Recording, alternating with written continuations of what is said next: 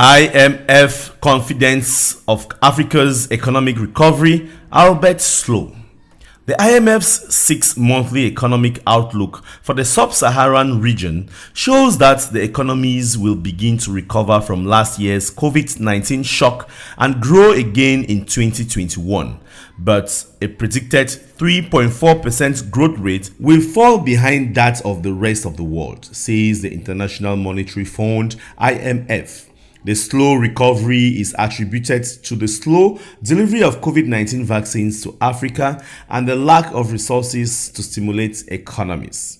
Isabel Ortiz and Matthew Collins write in IPS that an analysis of the International Monetary Fund's fiscal projections show that budget cuts are expected in 154 countries in 2021 and as many as 159 in 2022.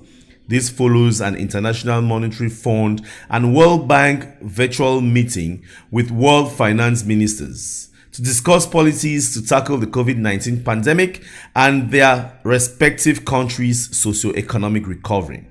Another alert has been sounded in a global study done by the Initiative for Policy Dialogue at Columbia University, intentional trade unions, and civil society organizations that found that most governments are imposing budget cuts precisely at a time when their citizens and economies are in greater need of public support. These austerity measures will greatly impact countries with high development needs, including Liberia, Kenya, DR Congo, South Sudan, Zambia, and Mozambique.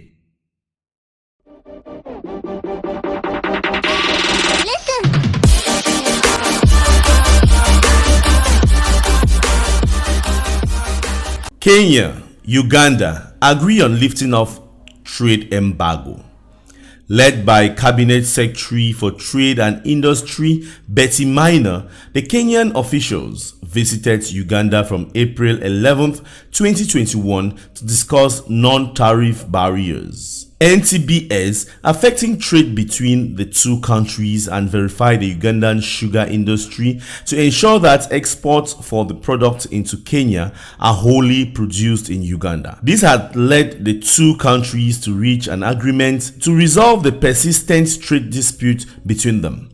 Under the new framework of trade cooperation, Kenya will import up to 90,000 metric tons of Ugandan sugar per year, and from July 1st, 2021, when the new financial year begins, abolish a 35% excise duty on liquid petroleum gas cylinders manufactured in Uganda. In response to the concession, Uganda has committed to abolishing 13% excise duty on Kenyan manufactured juices, malted beers, and spirits, with effect from July 1st, 2021, and also scrap a 12% verification fee on pharmaceuticals manufactured in Kenya.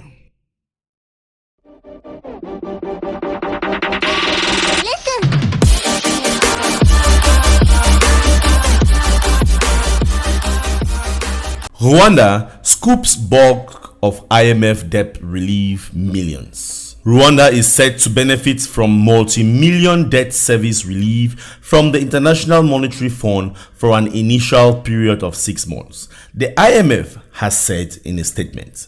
The development follows its approval for a third tranche of grants for debt service relief for 28 member countries under the Catastrophe Containment and Relief Trust (CCRT). This is the third debt service relief to Rwanda. It is part of the fund's effort to pause the collection of debts from a member of countries to help them deal with the impact of the COVID-19 pandemic. As of April 13, 2021, Rwanda recorded 23,535 COVID-19 cases, 21,272 recoveries, and 316 deaths.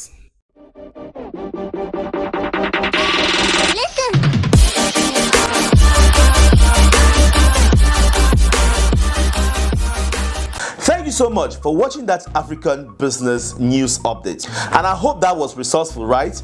And if it was, don't hesitate to click on the subscribe button, like and share this video. And if you intend to invest on the African continent, then follow these 2 simple steps. Number 1, download our books on Amazon Kindle. You've got the first book, which is The Unique Business Idea for Every African Country.